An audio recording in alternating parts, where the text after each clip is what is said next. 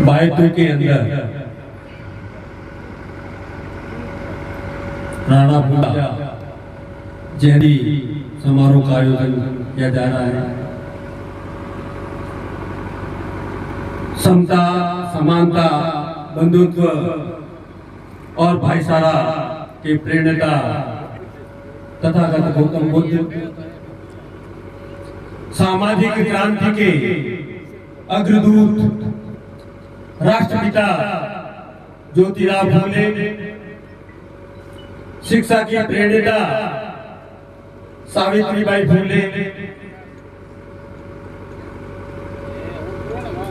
और लाखों करोड़ों की धड़कन symbol of knowledge Baba Saheb Jaipal Singh Munda, Birsa Munda,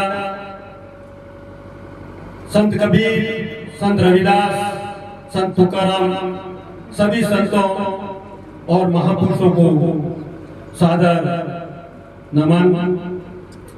सम्मानित मंच और जैसलमेर, जालौर, बालोतरा, बाड़मेर सभी जिलों से पधारे हुए बहुजन समाज के प्रबुद्ध नागरिक सभी को जय भीम, जय जवाहर। साथियों, ये जयंतियां महापुरुषों की जो मनाई जाती है, इसके पीछे इतिहास है।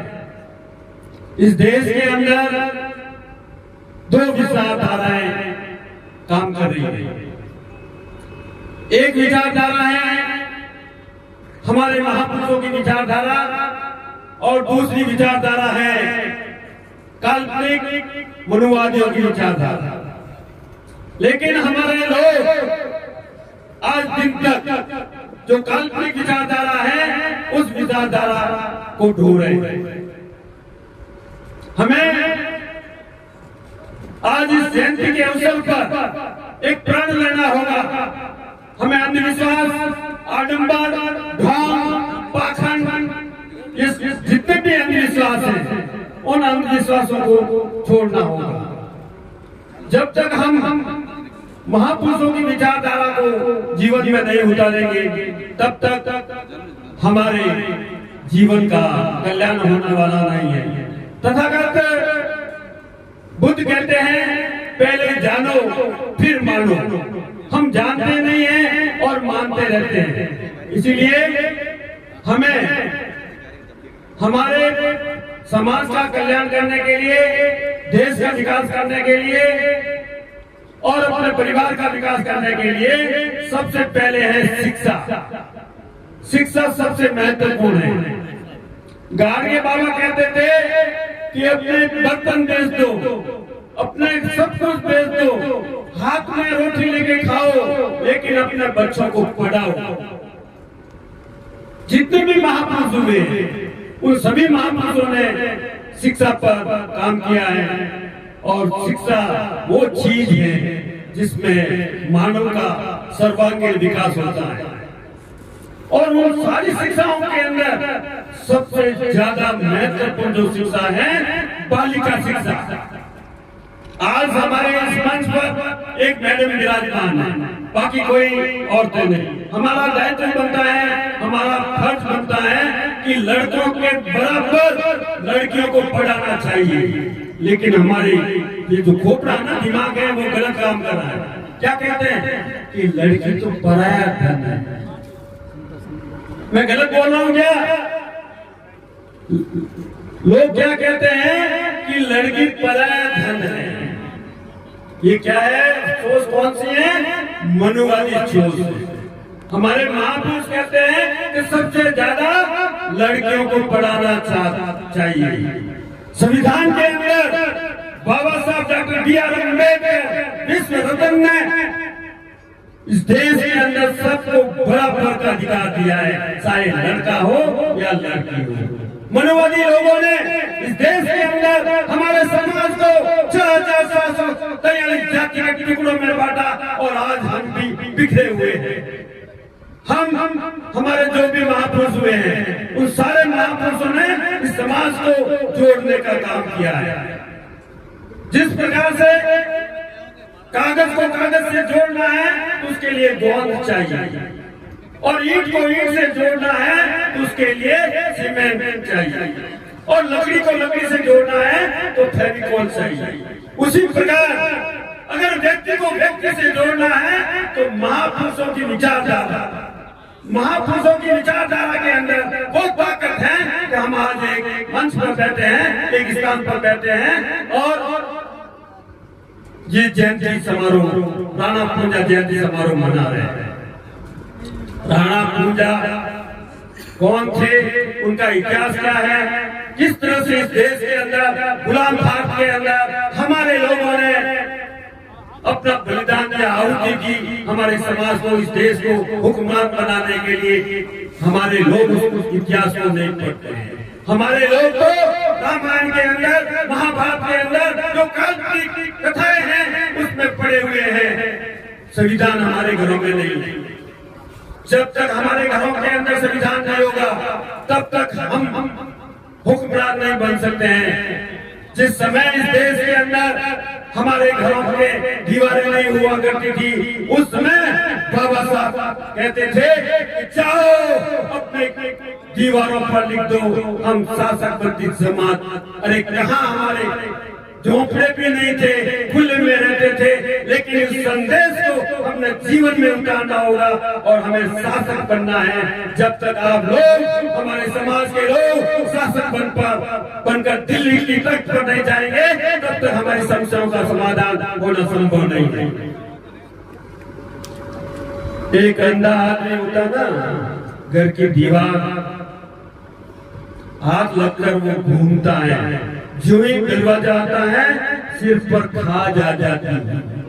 मेरी बात ध्यान से सुनो, वो दरवाजा चला जाता है, जो ही वापस दूसरी बार राउंड करता है दरवाजा आता है, सिर्फ पर खाज आ जाती है।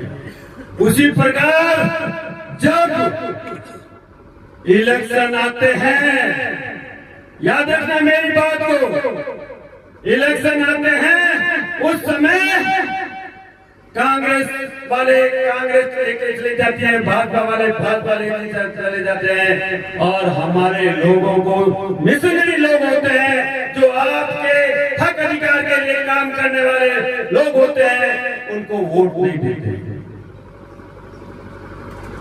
भीड़े गांव अब तो बहुत कम रह गई है।